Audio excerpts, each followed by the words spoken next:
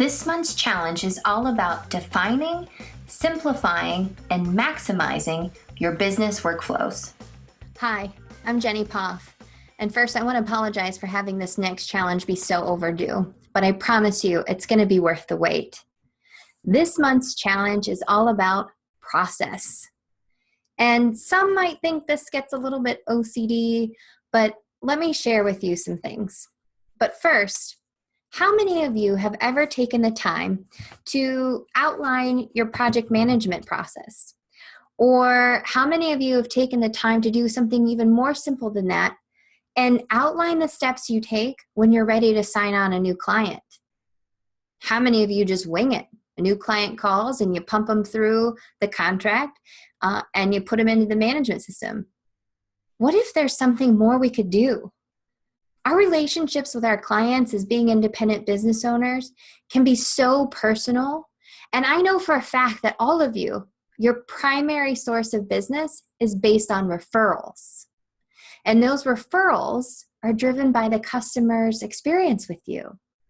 So what if we could maximize those experiences? What if we could simplify your daily life by taking time now to outline some of your processes? Whether it's bookkeeping tasks that you should be doing daily, weekly, monthly, quarterly. What if it's outlining the steps you take when you hire a subcontractor? What if it's outlining or including the steps of what happens when a project's done? Are you keeping in touch with your clients? I hope you start to get the picture here that there's plenty of things that we do daily, frequently, and we oftentimes just kind of roll with it. And then sometimes we sit there wondering, where did we keep that file? Where was the last copy of this thing we needed? How did I do it last time? It can get overwhelming and we can waste a lot of valuable, precious time.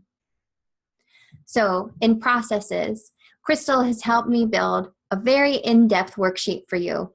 It goes into a lot of detail on the first page about the power of processes and why you need them. You'll be asked to first outline some of the processes that you either wish you had or that you need to refine. We've given some suggestions there, but feel free to write out your own.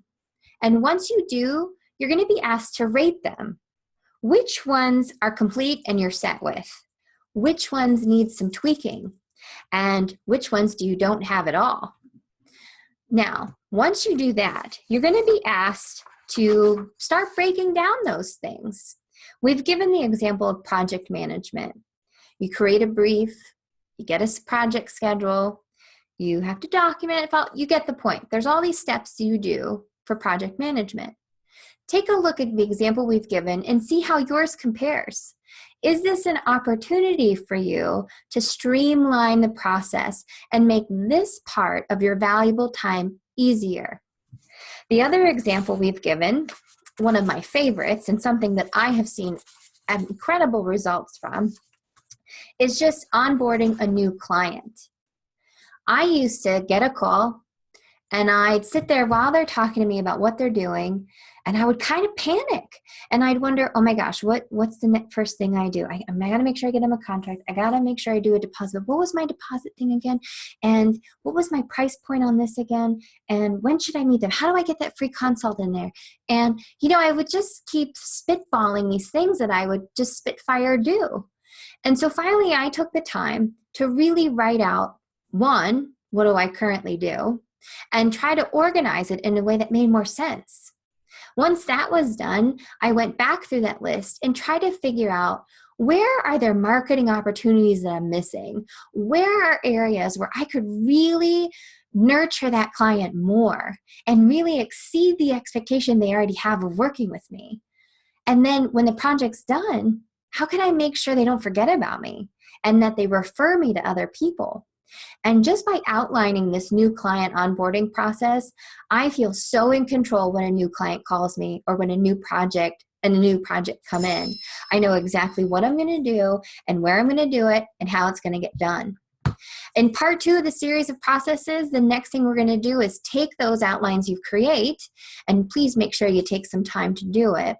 And we're going to start to figure out what software, what tools, what subscriptions can be associated with them? Which tasks can you now afford to delegate and subcontract to?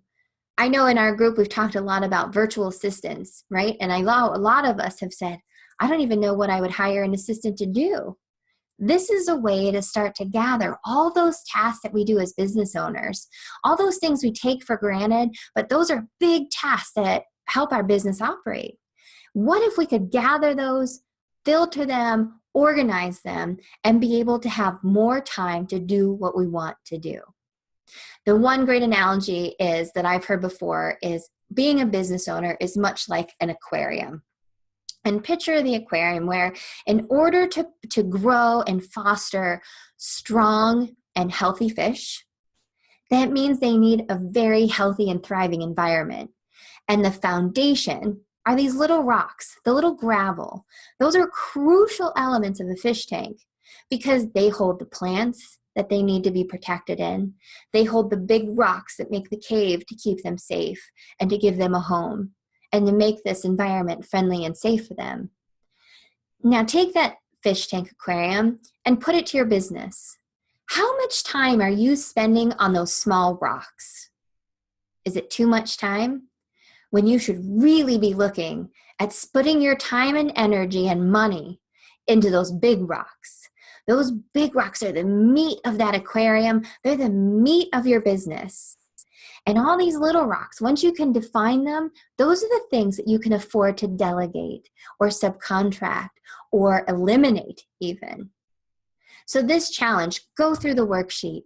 Take some time, use the Pomodoro technique even, where you're turning off all the alerts. You heard my phone ring, right? So turn off the phone, turn off the notifications, and really pick one process, even if it's just one process.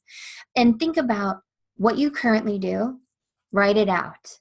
And there's two options. You can do it visually or in a list and take the time to order them, organize them, and figure out where can things be maximized and where can you simplify. This is a big meat. This is a big topic. This is a big conceptual idea that sometimes can be hard to wrap your hand around. But if you just take one process, one workflow that you do on a routine basis, and even if it seems like common sense, take the time to write it out. We're visual people. We have to see this. Write it out and see where you can clean it up.